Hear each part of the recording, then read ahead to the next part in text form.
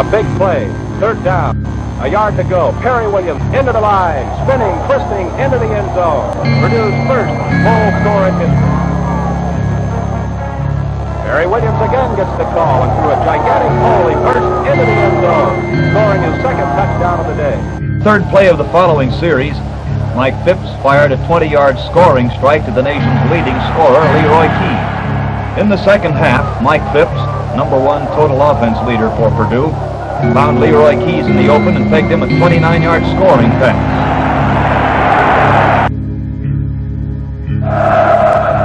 Everett, the blitz. Johnson does not get to him. The pass going into the end zone. Price makes the catch. Touchdown.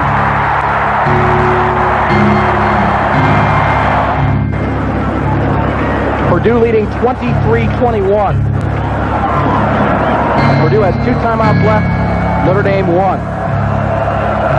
Johnson on the blitz. They go the other way. Carter first down and more. And Purdue's going to win this ball game. Spread formation. Carter moves to a slot left.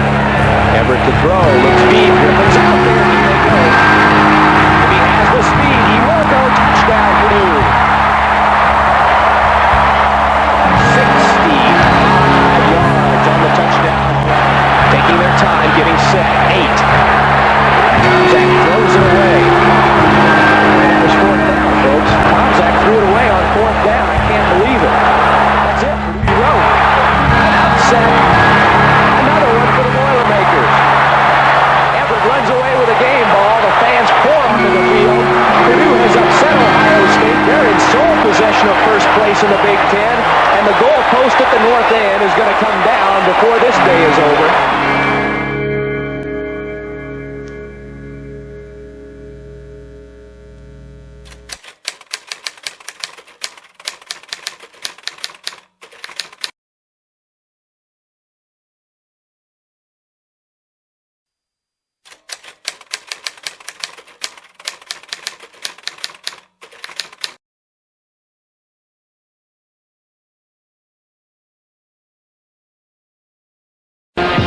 And it looks as though Travis Dorsch is coming out.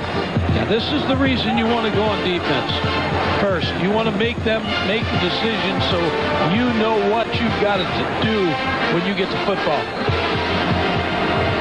Danny Rogers, who is the punter, is the holder, and he'll place it down at the 33-yard line. So it's a 43-yard attempt.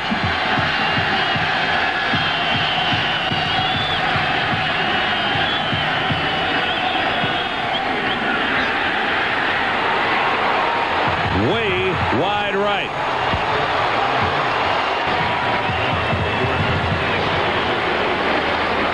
So Hap Hines with an opportunity to win this for the Georgia Bulldogs.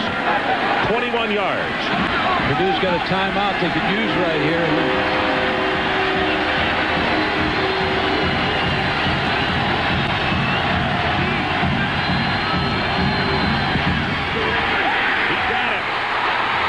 The Georgia Bulldogs score 28 unanswered points and shock Purdue after being down 25-0.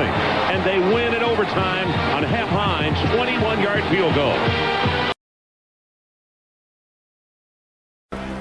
You go to the Outback Bowl and blow a 25-0 lead, and you start to wonder, where is this program going? Will it ever get over the hump? I think that fueled our fire a lot in the offseason. With Drew and with, the weapons that we had, we knew that we were pretty darn good. As the 2000 season dawned, Purdue returned virtually its entire offense.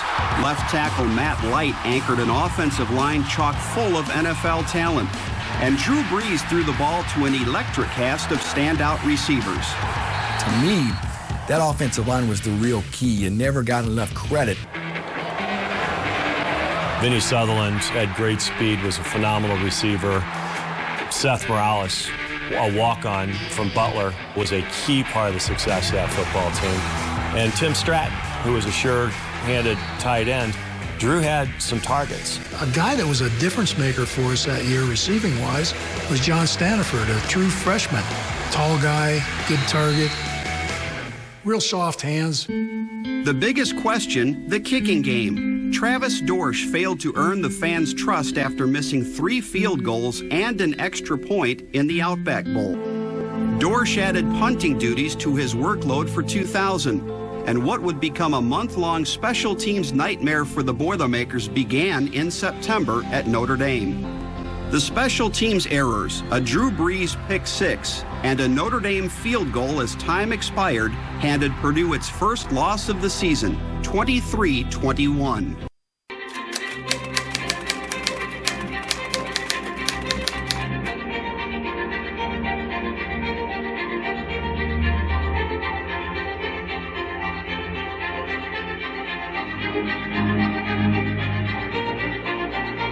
There's the animated offensive coordinator for the Purdue Boilermakers. I'd say downright garrulous. We were in there for quite a while as he explained to us the nuances of offensive football. 2nd down and 6. Here's Brees, pumps right, and touchdown! To Vinny Sutherland, and with the touchdown, Drew Brees, now number 1 by himself all-time touchdown passers in Purdue history. And the crowd, they rise as one. Homecoming weekend here in West Lafayette.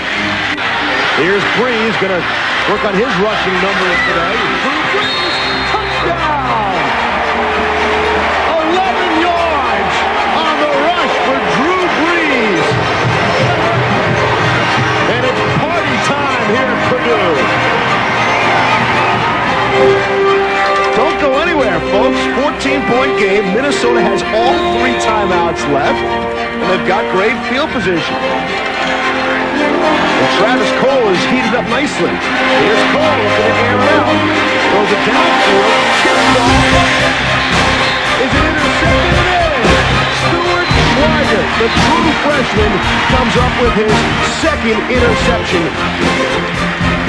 2nd interception today, 3rd of the season. So they turned the program around here in Purdue. 3 years, 3 bowl games, 2 of them victories.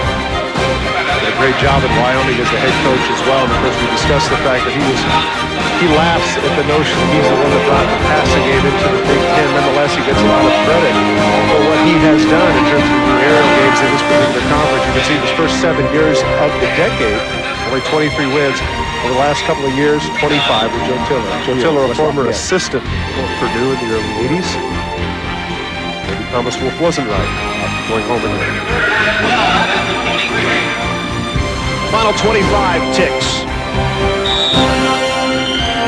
On a solid day out of Purdue, and their Heisman hopeful, Drew Brees. Final score, Purdue will go to 3-1. They defeat Minnesota by a score of 38-24. Look at the remaining schedule for Purdue, and even though it's early on, it's being considered maybe a down year for the Big Ten. Look at some of those names that just jump out at it. Everything at that schedule looks to handle. That's the many gimmies there. The 3-1 Boilermakers traveled to Penn State, a team Purdue had never beaten since the Nittany Lions joined the conference. That's the only time we're going to hear that today. Wasn't a great Penn State team, but that was a week after the Adam Teleferro injury at Ohio State. The entire stadium was chanting his name, and when they came out of the locker room, I'm not sure any of their feet touched the ground. Here comes the pressure. He won't get rid of it. And Penn State's got him trapped. It's something I, to that point, had never really seen. I'd never seen sort of a sack, on a punter. Oh, snap. They got to him again. Same guy.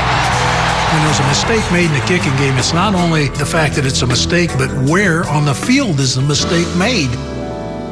Both of those were made in the shadow of our own goalpost. Penn State cashed in both miscues for touchdowns, and the Boilermakers fell to 3-2, losing by the exact same 2-point margin they had at Notre Dame.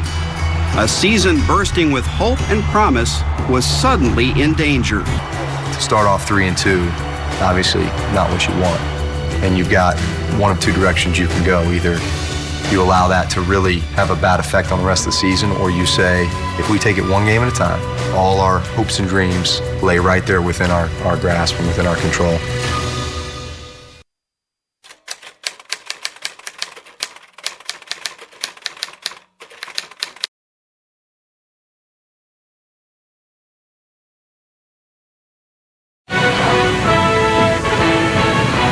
A Michigan quarterback aims to prove his reputation against the Big Ten's best.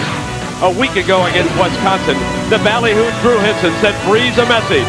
I'll meet you at the OK Corral.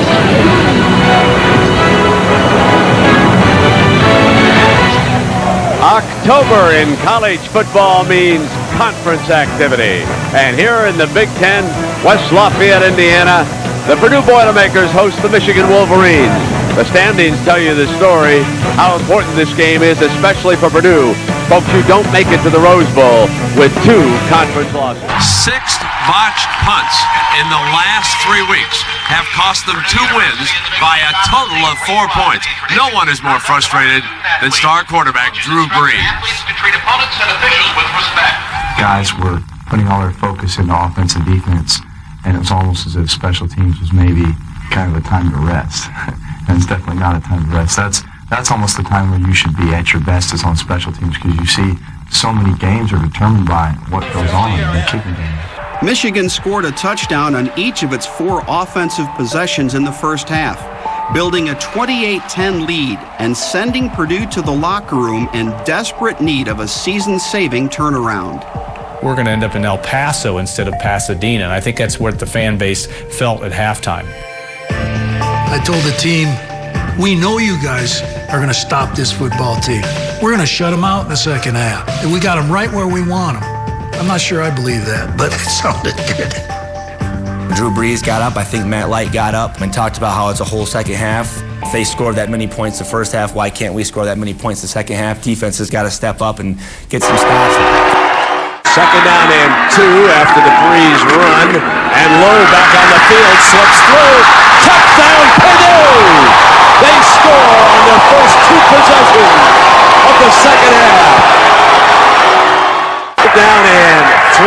Michigan's going to blitz here. And Breeze over the middle has the freshman touchdown. We're a 2-point conversion away as John Standiford dashes into the end zone for Joe Tiller's offense. Shift Stratton in for extra protection. Quick fire on the slants, incomplete on the rallies, and the pass was high. And here comes Travis Dorsch. Yep, it was one of the 4 throws Drew Brees has thrown all game, behind the receiver and high. Now Dorsch made a 24-yarder way back in the first quarter. That concluded Purdue's first drive after a would-be touchdown pass was dropped in the back of the end zone. This will be a 32-yard attempt by the young man from Montana. His holder is Ben Smith. For the lead. Hold it. No good. 3 yards out. There was a little wind moving from right to left. I knew that I struck it well. Unfortunately, it missed. For the lead. Hold it. No good. Well, you know, when he missed, I had to stay away from it, because that may have been the closest I've ever come to assaulting a player in public. We're sitting on the bench, and he comes back to me, and he's looking at me, and he's like, what did I do? Like, what have I done? And I said, Travis, we're all right. We got time on the clock, and any time that we have that clock is ticking, we have a chance. So Travis Dorsch misses the 32-yarder, and Michigan holds a 31-29 lead. 2:11 left on the clock. And you're right, Henson on a roll, fires high. That stops the clock. Now They get downfield. Now Travis puts his helmet back on. The field goal kicker, so They get a second chance. Right. High punt by Epstein. Good one. Sutherland to the 40. Here's Breeze. Stands tall. Got the first down and stopped the clock. Just imagine the thoughts in this young man's head. But at least he said, I'm getting a second chance. That's all you can ask for in this situation is a second chance. And he's about to get it. And here they come. A second chance. Not many people get a mulligan in the same game. Think about Drew Brees. He's never beat Ohio State. He's never beat Wisconsin. He's never beaten Michigan. He's got a chance with a kick to win a game and stay alive in the Big Ten championship run. We opened the day talking about the kicking game problem here, and now we come to an end, and it will be a kicking situation. This will be a 33-yard attempt. Tim Stratton to snap, and Ben Smith to hold, and Travis Gorge hopefully to put it through the upright. Here's the snap, the placement, and the boot. It is up. It is good. It's good. It's good. It's good. 4 seconds to go. Travis Gorge has the monkey off his back. Purdue leads Michigan 32-31.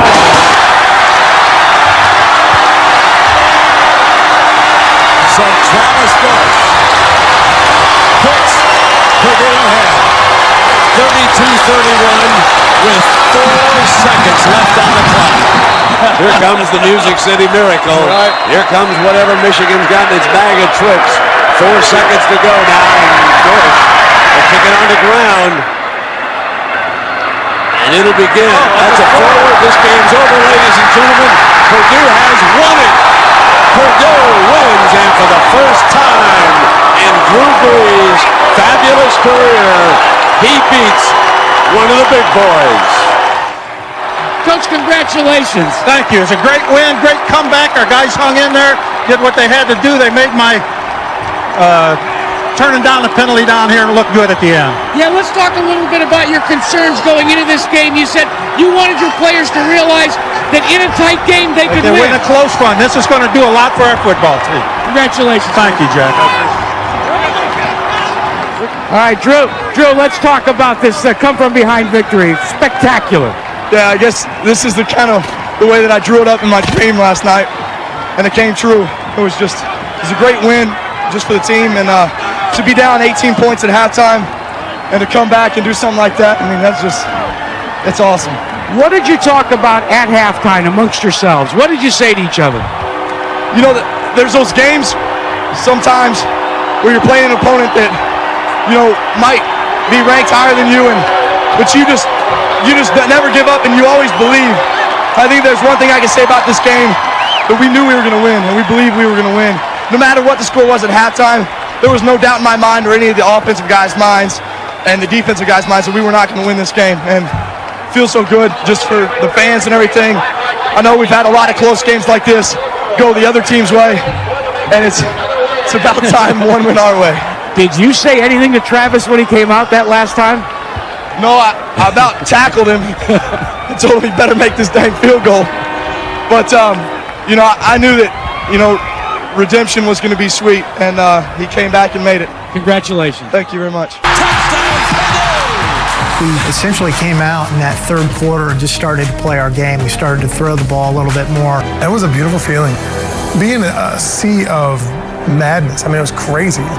And I remember, everybody's in there just grabbing on you, telling you, they were so happy. That's the epitome of complementary football.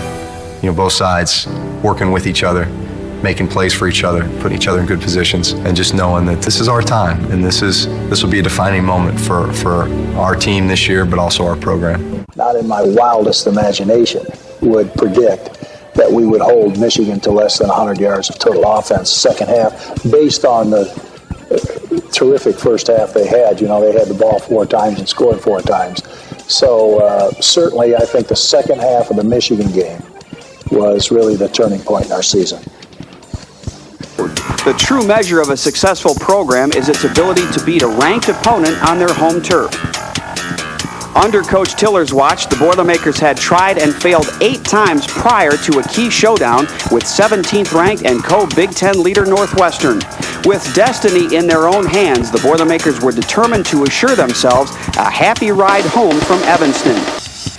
On the Boilermakers' first possession of the second half, Purdue went ahead for good with the Breeze to Standiford connection hooking up for the second time.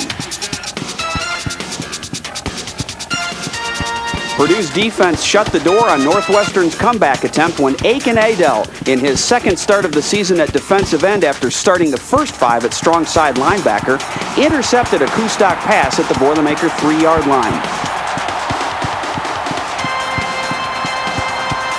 The Purdue defense, as shown here with Sean Phillips making the tackle, recorded 7 sacks on the day against the Wildcats. Turner got this solid hit on the quarterback to go along with his earlier interception.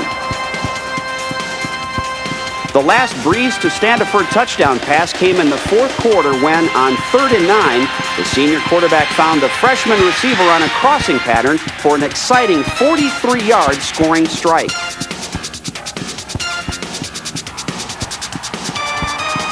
By handing the Wildcats their first loss in league play, and with Ohio State's surprising loss at home to Minnesota, the Boilermakers now found themselves in a 4-way tie for first place in the Big Ten, heading into their 8th game of the season.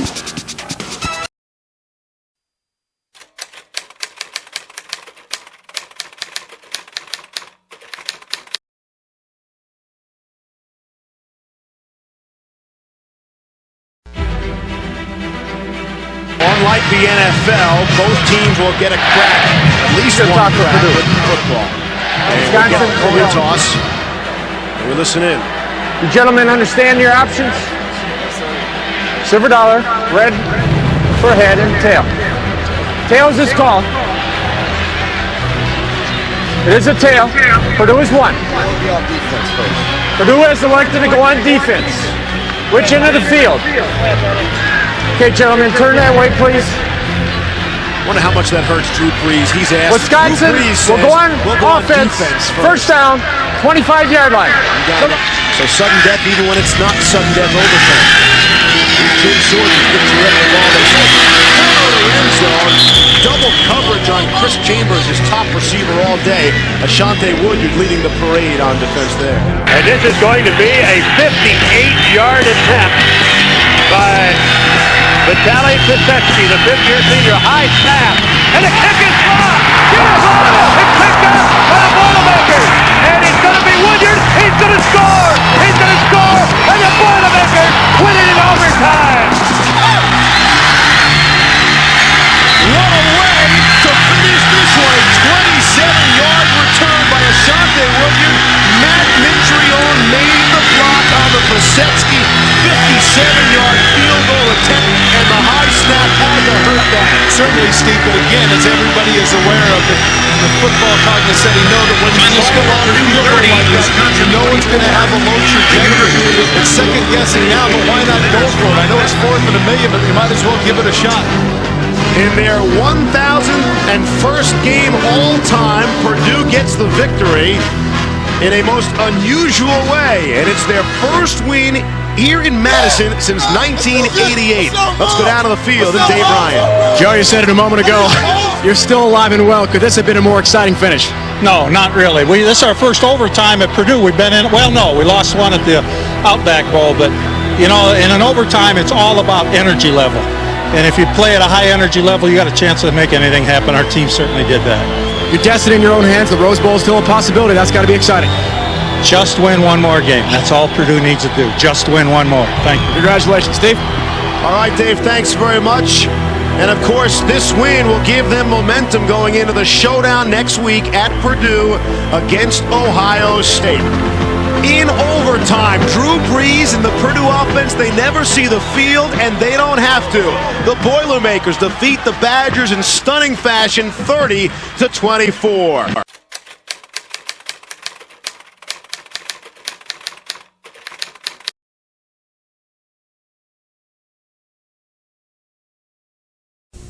Today, the smell of roses hangs in the air. Purdue quarterback Drew Brees is ready for the biggest challenge of his career. At a school renowned for its quarterbacks, Brees is rewriting the record book in pursuit of a Big Ten title and a Heisman Trophy. Last week, in overtime, Purdue looked like a team of destiny. A high snap, and the kick is blocked. Get it, run it. It's picked up by the Boilermakers, and it's going to be Woodyard. He's going to score. He's going to score, and the Boilermakers win it in overtime. But Ohio State and quarterback Steve Belisari are also California dreaming. Belisari hopes to ambush Purdue with a pair of talented wide receivers. Ohio State, Purdue, one team's roses are about to become dandelions.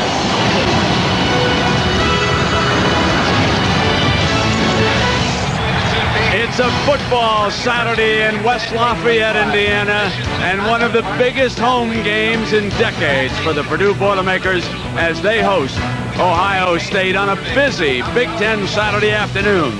Northwestern closes in on Minnesota. Michigan State a winner. Wisconsin a winner. Penn State and Indiana to play later tonight, right down the road in the RCA Dome in Indianapolis. The standings tell us the story.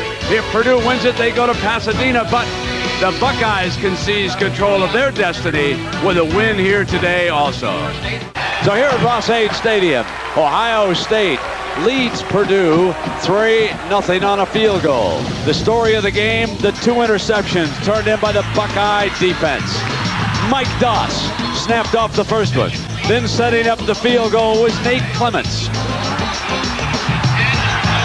And Drew Brees faces an uphill battle now against Ohio State. This is really an outstanding offensive line Joe Tiller has. And so smart. So we're talking about all the different protections they have. Now Steve Ennis, a bigger back, and at that tailback spot, he'll take the toss. He'll go to daylight. Touchdown, Purdue leads it.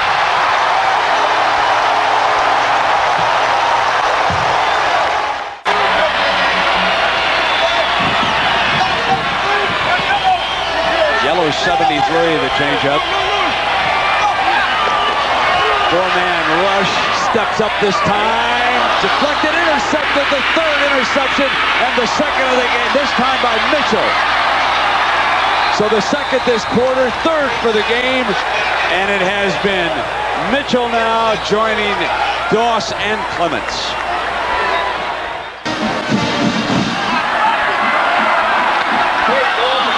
Now third and goal. The one thing he cannot afford here is an interception. They must have at least the field goal. Brees knows it, in trouble, waits, he's got to throw it out of the end zone. Adams, touchdown, Standiford. Oh my!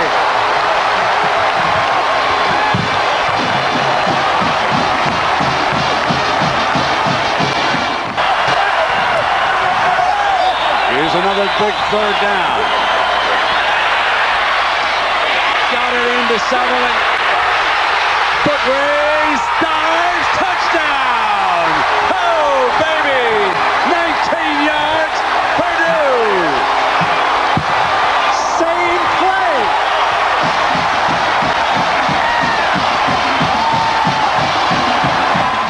For Brees. And they were on him. Intercepted! Intercepted! Brees can stop him. He does. He knocks him out of bounds. Brees was the only defender who could knock Mike Doss out of bounds. A disaster for Purdue. The fourth interception of the game. And now the Buckeyes can take the lead with 3:09. That's the fourth interception of the game and the second by Doss. Thinking to myself, before the play even, the worst thing that can happen here is an interception or a turnover. And they bring a pressure up the middle, and sure enough, it's Joe Cooper. And they were on him. Intercepted! Intercepted! Brees can stop him. He does. He knocks him out of bounds. I was a little woozy after that hit. And to be perfectly honest with you, I was so mad at myself for throwing the pick that I was trying to knock myself out. I was trying to knock him out, and I was trying to knock myself out. And now, folks, here's third and goal from the 2-yard line. Belisari off that tight formation on the toss play. Westbrook's touchdown!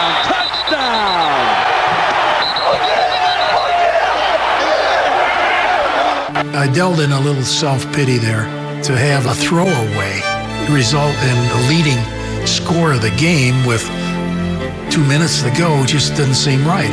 This guy deserves better than this. So down the stretch come the Purdue Boilermakers here with one timeout, and of course the clock stops out at first down. Huge difference here in the college game. Dorsch could tie it with a field goal. They're 13 of 22, but folks, I'm going to tell you, overriding everything is the fact that Ohio State has intercepted him 4 times here today. That ties his career high. Remember, he did that a year ago against Michigan State. Drew gets in the huddle and calls twins right, 74XZ pull. It's supposed to go to John Staniford or Vinny Sutherland. Usually in this situation, Brent, I think the deep offense has the advantage because of the pressure. But after you've thrown 4 interceptions like this, I gotta believe Drew Brees is feeling it right now. Second down and 10. Offensive line continues to do a great job. Wide open. Got him. Touchdown Purdue. Seth Morales. Holy Toledo.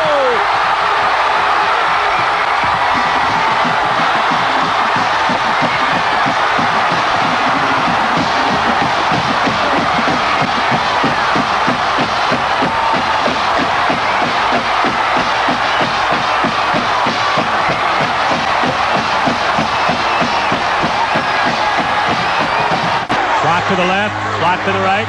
Cedric Brown stays at home alongside Drew Brees. Drew takes the snap from center. And it was just this progression of, am I throwing the hitch? Am I throwing the fade? Am I throwing this, skinny post down the middle of the field? Drew read through his progression. Didn't see those 2 guys open initially, so he went to his third option, A.T. Simpson's crossing route. That's not open.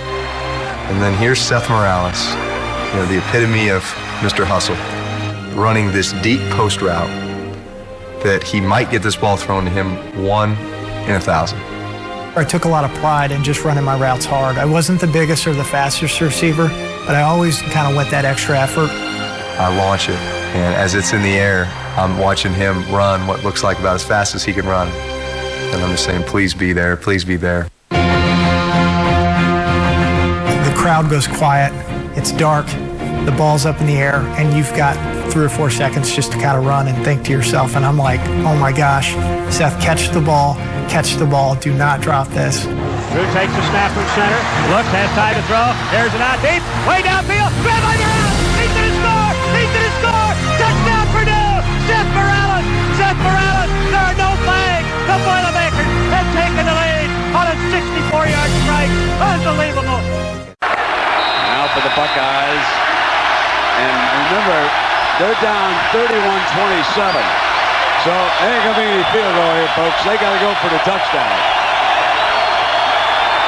Purdue's got it.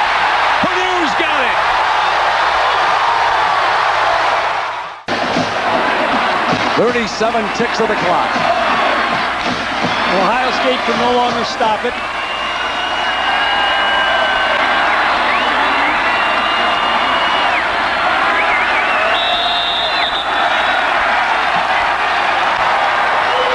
A young man from Austin, Texas, was not aggressively recruited by any of the schools down there.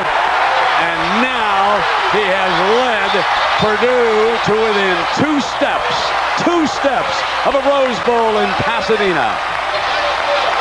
And one of the first across the field to congratulate Drew Brees and Joe Tiller and Purdue is John Cooper. This, folks, is what they call an instant classic. You won't see a better last 3 minutes of any football game. And Cooper goes out of his way to say something to Drew Brees.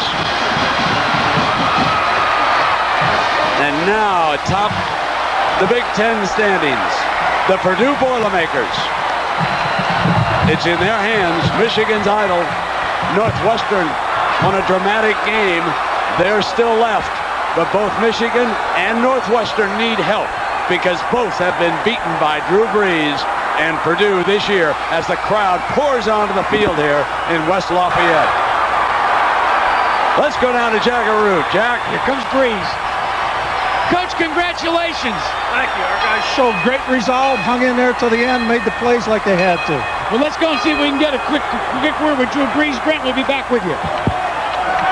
The hustling Jackaroot wades into the mob here in West Lafayette. I'm betting on my man, Root. Tough zone defense. Take it away, Jack. Go ahead. It is pandemonium down here. Drew Brees, congratulations. Yeah, that's a big win. It's kind of speechless considering what happened, but I guess if there's one thing I can say about that last 2-minute drive there is that one of our defensive ends came up to me, Ike Moore, number 58, and said, "Hey, what does your mom always tell you? If you break it, you fix it." He said, "Is that right?" I said, "Yeah, I broke it, but I think I fixed it." 455 yards today and one very important tackle. Yeah, this was a huge win for us. I mean, we still have 2 more games left, and we're going to take it one at a time, but we have an off week this week, get some guys healthy, and celebrate a little bit, but we still have 2 more to go. Congratulations. Thank you very much. If you broke it, fix it. And nobody fixed it like Drew Brees. 31-27 over Ohio State. ABC Sports is online at ESPN.com. Keyword ABC, college football. For Jackaroot and Gary Danielson, I'm Brent Musburger. This has been a presentation of ABC Sports. Continuing the tradition of excellence, folks, you have just seen an instant classic. Rising to number 9 in the AP poll, their highest spot since 1980. Purdue traveled to East Lansing, and the glory of October faded into 3 Brees interceptions and nearly 300 Michigan State rushing yards. We went up there and didn't play well. Never played well the whole ball game. They got after us pretty good. We didn't block well in the front. We didn't throw and catch. We laid an egg. It's also the only bad game I've ever seen Drew Brees play. His forte as a passer is his accuracy. He's phenomenally accurate. And he wasn't accurate that game. The loss dropped Purdue to 5-2 in the Big Ten. But Iowa's upset of Northwestern created a 4-way tie atop the conference heading into the final week of the season. Holding the tiebreaker thanks to wins over co-leaders Northwestern, Ohio State, and Michigan, Purdue needed only to claim the old Oaken Bucket against Indiana to lock up the second Rose Bowl appearance in Boilermaker history.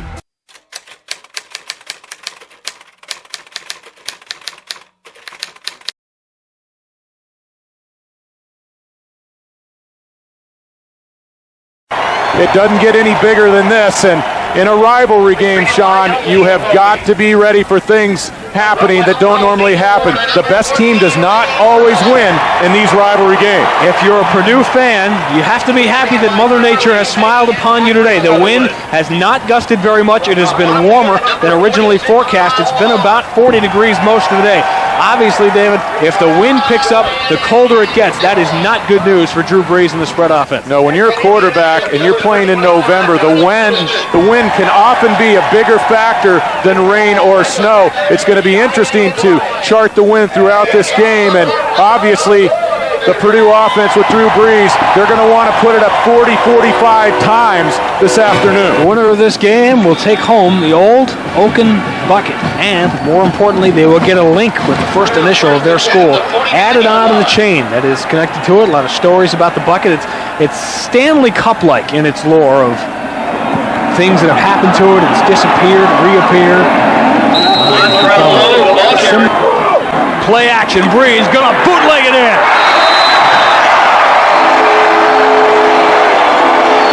Too many options for Purdue along the goal line, and they extend the lead late in quarter number 2. It is a clock control, ball control offense. You don't think of it that way, but it is. Normally through the air, now with a 20-point lead. It has been Montrell Lowe on the ground. 26 carries, 147 yards for Lowe. Looking here for his 3rd touchdown of the day, and he's got it.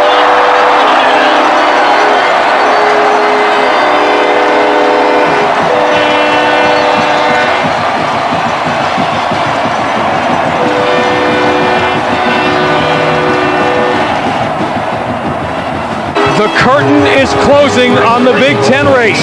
Third touchdown of the day for Montrell Lowe. The Boilers are in control.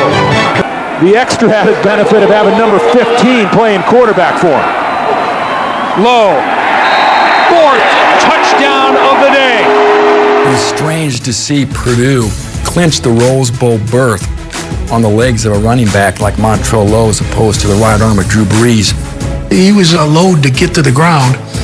He had a great ball game that game. I felt going in that we could run the ball against them. If they stacked to the right, we went to the left. They stacked to the left, we went to the right. And for us being able to just chop wood, that's what we called it, chop wood. It was amazing. Look at the third down numbers for perhaps the best third down team in the country this year. Brees' squad have been hitting at 56% this year on third down conversion. Those numbers are simply breathtaking. For every player, for every coach, for every trainer and manager and secretary in the football office, these are the moments you wait your whole life for. This is why you work the hours. These are the moments you remember for the rest of your life. Think of the great players that have worn a Purdue uniform since the last time they made it to the Rose Bowl. Pass is completed and out of bounds. Players that never got a chance to play in Pasadena. Before Joe Tiller arrived, Mike Alstott, Otis Armstrong, Jim Everett, Mike Phipps, Len Dawson, Rod Woodson. You think back as the bucket is in hand, how close Purdue came to not being here at all. The win against Ohio State, down by 18 at home to Michigan.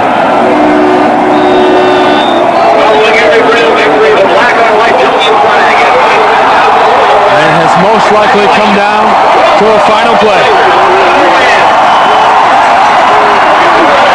They have waited a lifetime, 34 years. And now for Purdue, the wait is over. California, here they come.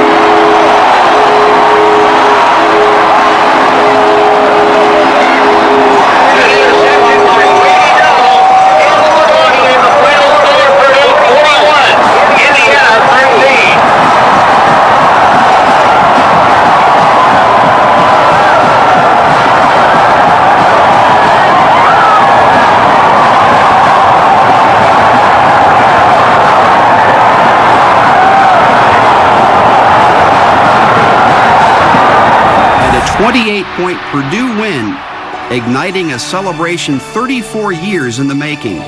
I remember right before the clock went down to 0, I ran over to the bench and Drew was sitting there and he looked at me and said, "We did it." 6:53 p.m. I think people remember the time when the Boilermakers finally put the nail in the coffin in Indiana and they were headed to the Rose Bowl. I just remember jumping, hopping up and down and saying, the Rose Bowl, we're going to the Rose Bowl, we're going to the Rose Bowl. Clinching the Big Ten title and a Rose Bowl berth, when you commit to doing that 4 years previous and you know the obstacles that you're going to have to overcome to get to it, it's significant. We did it and the championship was ours. On behalf of the Pasadena Tournament of Roses, I invite all fans to come to Pasadena on January 1st, 2001 to see their team, the Purdue Boilermakers, play in the 87th Rose Bowl game as the Big Ten champions. Congratulations, Purdue! And with that, I would like to present the roses to your great coach, Joe Tiller. I once heard a gentleman say something that I've never forgotten, and that is, I've always been a hero worshiper. And to me and our coaching staff, our players are my heroes.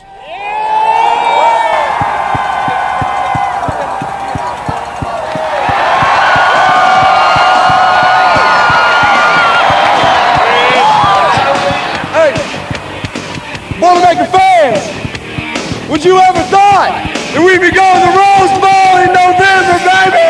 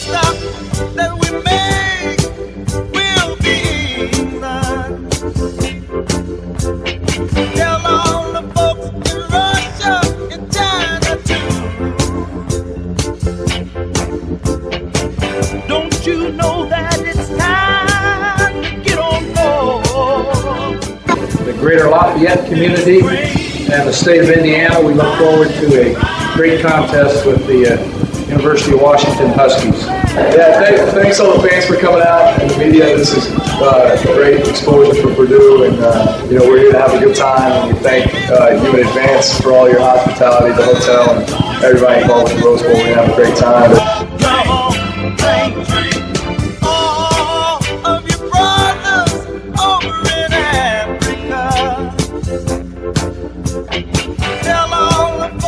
I did okay. I ate 2.5, and then before I could finish the third, they took it away while I was doing this other stuff. To make all 36 go down. Deep everywhere. Come out for it. I feel sorry for you.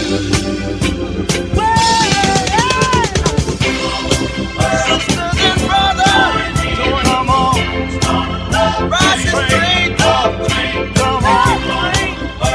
Don't need no tickets, come on, just ride.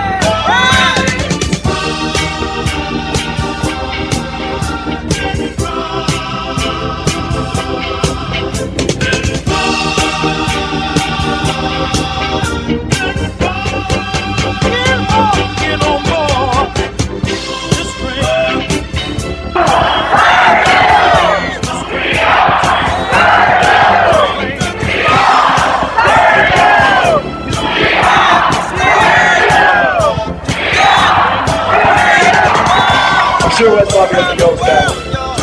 Seems like everybody's here. This is the second best looking crowd I've seen, and I don't mean that in a negative manner at all. The best one I've seen this year was the one that spilled onto the field after the IU game for the Boilermakers, who were Big Ten champs and head of the Rose Bowl.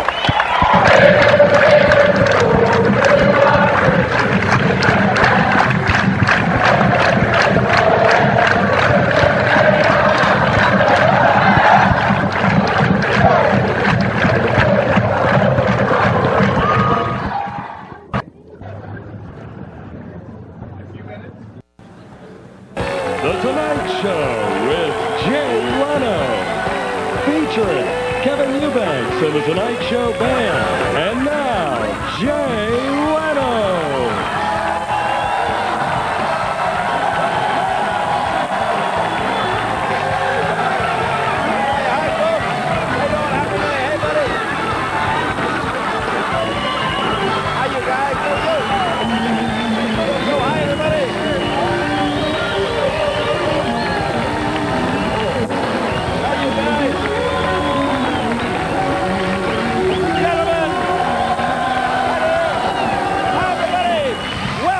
Show. Nice to have you here. Woo, Purdue here. There's a Purdue team over here. Look at this. And you guys are what, the Boilermakers, is that right? Yeah. Now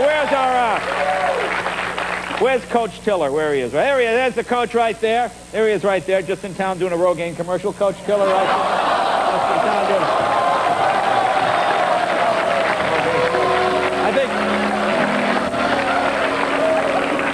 What are you laughing at? Don't be laughing at his head. No, I think he's the before guy. He's the before. Where's the quarterback? Where's Drew? There we are, right? Oh, now you see. No. See, that's how you tell the quarterback. See, linemen go, quarterback goes, right here, buddy. He gets a little, like, like he's gonna be hitting on me after the show. Got that little thing. No, see, that's right. Linemen couldn't be more excited. Quarterback, right here, baby. First time Purdue has been to the Rose Bowl, what? Since when, Coach? What year? 67. First time in 34 years. Now, I don't want you guys getting cocky thinking you're going to come back every 34 years. Yeah, that kind of thing. Now, the whole audience is Purdue. Just about, yeah. Just sit right over here. Yeah, that's cool. And you know what? I got to say something about Purdue real quick. Yeah. Some of the best uniforms in college football. I mean, like traditional uniforms, you know what I'm saying? Like you used to see, which is cool. Yeah.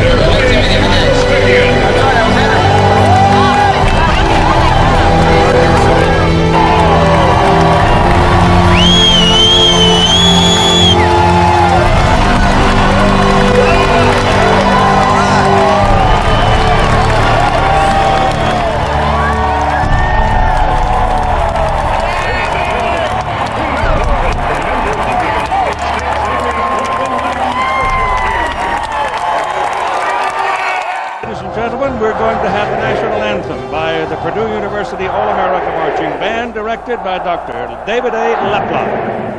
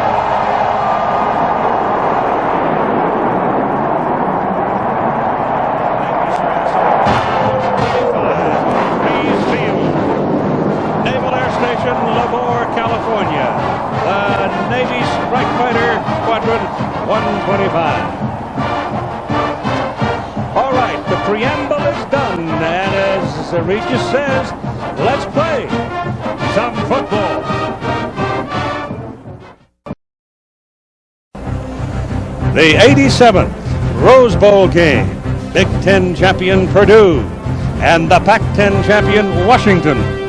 The Rose Bowl presented by AT&T. A glorious sunny day in Southern California.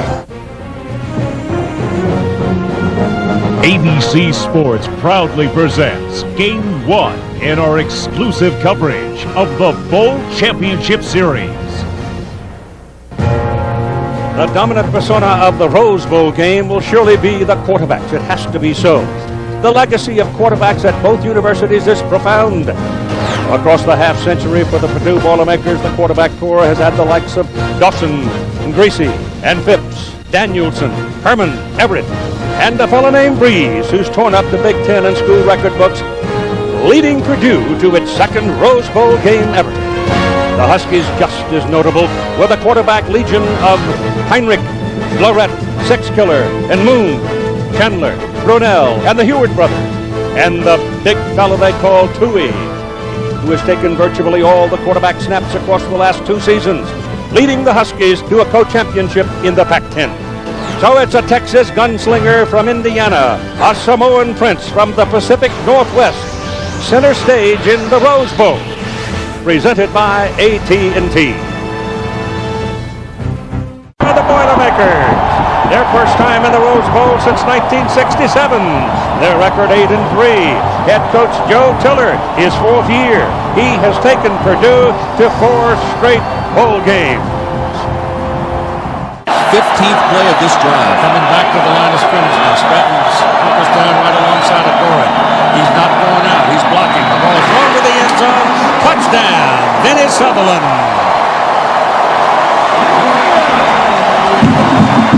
17-10, Washington leading off of a 47-yard field goal by Anderson. Reese on 2nd down and 10 throws high into the air to the end zone. Touchdown, Vinny Sutherland. Beautiful pass. Remember, Sutherland is only, I don't think, more than 5'9", for sure.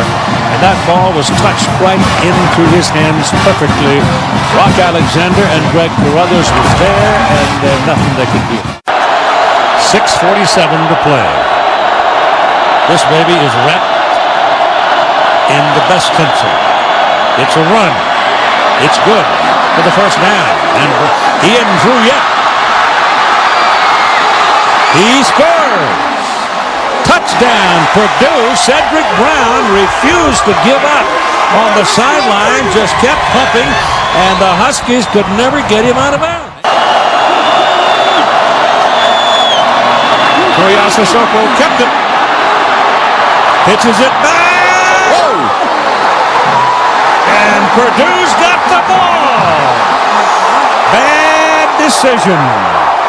He doesn't make many of them, Keith, but that definitely was. He was trying to do too much. He felt he was going to be tackled. He felt his pitch man was still with him all the way downfield and pitched it, and it couldn't be handled. It's all down to game management now, time management. Ben Smith holding, John Sullivan snapping. 6'6" place kicker.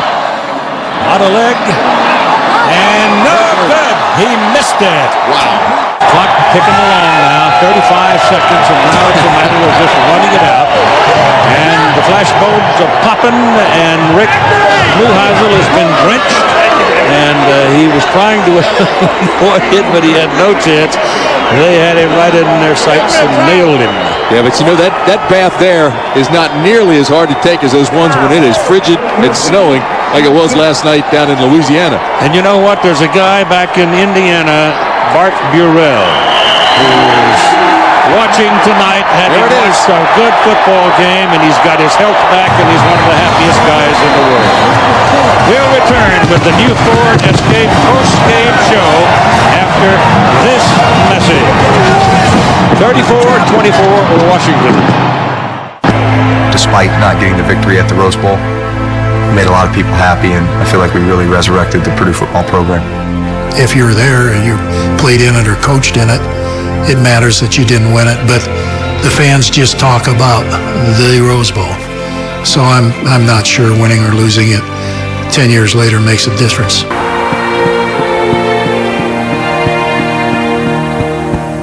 While the team and its faithful followers were disappointed in the final score, in retrospect, the loss in no way diminishes the extraordinary achievements of this very special collection of young men and their coaches.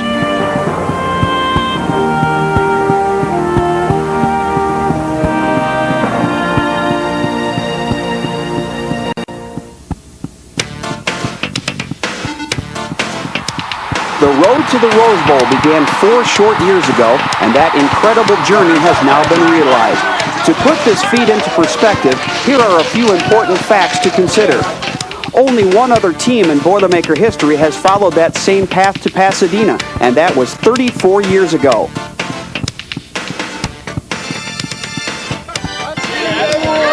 Along the route, Purdue captured its first Big Ten championship in 33 years.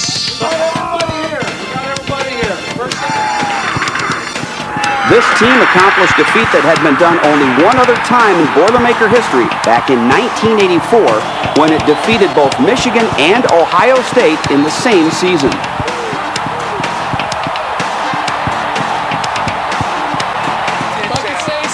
That's 4 years in a row. The seniors on this squad and Coach Tiller can boast that they never lost the old oaken bucket during their 4 years at Purdue, something last accomplished in 1986. And they became the first senior class and head coach in Purdue history to go to 4 consecutive bowl games. This was a very special team, perhaps one of the best in all of Purdue history, and this season will be one for us to cherish for years to come. It was a season of milestones and a lifetime of memories.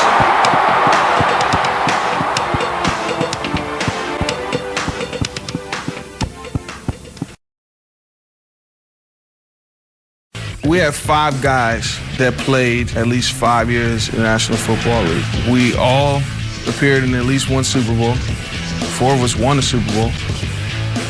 We made Drew look good, but he made us look good too. When you look at Gilbert Gardner, Joe Odom, Landon Johnson, all were linebackers on that team, all were NFL draft choices. You look at the defensive line where any great defense starts, Matt Mitrione wasn't picked. He was a real character and a real brawler inside at a tackle spot. Craig Terrell was a draft choice. He played in the NFL for a long time. Aiken Adele coming off the edge. And Sean Phillips was a real special pass rusher. I'm so proud to have been a part of that 2000 team. Their commitment to each other, it was more than I've ever seen on any team. There was a bond. There was a special bond between all of us, and still is. This team, the 2000 Purdue football team, showed you can win big at Purdue. Purdue doesn't have to be a sorry sack football program. Purdue can be a significant Big Ten team. The Tillers changed the complete Purdue culture. Moving forward, everything's been compared to the Tiller years. It's almost a validation of what you're doing, over the years you've done it the right way. It's a good feeling knowing that you've come away and you've made a better time and a better place. It meant everything. Not necessarily the glory days, but they kind of are. I was able to leave here as a champion in the Big Ten, and that means everything. The winner of the 64th Maxwell Award as the College Player of the Year, the best of the best, is Drew Brees, Purdue University. I think that both Chris Winky and Josh Alford were very deserving. And, coming here all along, I said, man, I'm going to come down and have a good time. And, win or lose, I'm still going to cherish the moment and having the opportunity to meet those guys. So, yeah, it's a very big surprise. With you and you alone, pull me in like you were made for me. I'm losing faith in gravity, and I just need to let you know. And I just need to let you know. Not gonna come down off of these clouds. All these heroes come and go, and I still stand. It takes me to rise up, to open my eyes up. All these heroes come and go, and I still stand.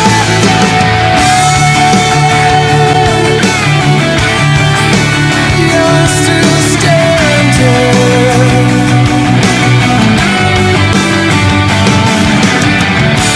When the world's confusing, I don't care. I'll crawl into your atmosphere. I know you'll make it right. You're all I need tonight. I'm gonna come down off of these clouds. All these heroes come and go, and I still stand. It takes me to rise up, to open my eyes up. All these heroes come and go, and I still stand.